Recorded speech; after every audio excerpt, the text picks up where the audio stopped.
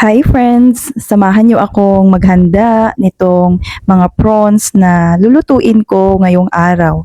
Napakarami talagang dapat gawin kapag magluluto nitong prawns kasi napakamasaya ng papakainin ko nito guys. At saka isa na rin, masarap din kasi kainin yung pagkain na kung alam mo na ikaw yung nag-prepare, ikaw yung nagluto, alam mo kung anong mga pinaglalagay mo sa mga pagkain na kakainin mo, di ba?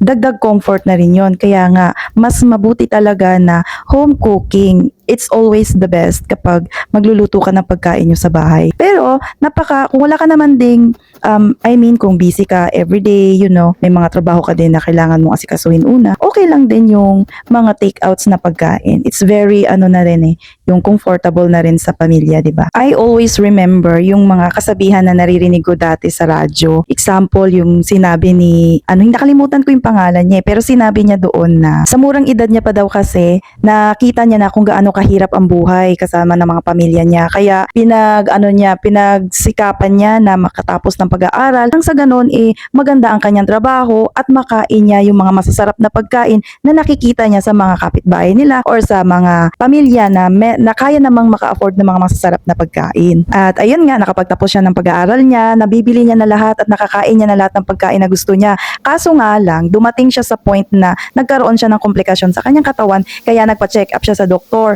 at sinabi ng doktor na kumain ka ng healthy foods, yung balance lang. Kaya sabi niya sa sarili niya na nung bata pa daw siya, gusto niya na kumain ng mga ganitong pagkain. Pero ngayon na kaya na niyang mabili at makain yung mga pagkain na yon, hindi naman dapat sobra-sobrahan. Ang point niya lang doon guys, na alam mo na yung mga pagkain na kinakain natin, kailangan balance lang talaga. May pera ka man o wala, kailangan i-balance mo yung mga pagkain na kakainin mo. Ang dami ko nang sinabi guys, no? Kaya dito na lang muna yung aking video. Alam ko mahaba to, pero guys, maraming salamat sa palaging panonood. At eto na nga, natapos din ang aking pagluluto. Guys, thank you so much.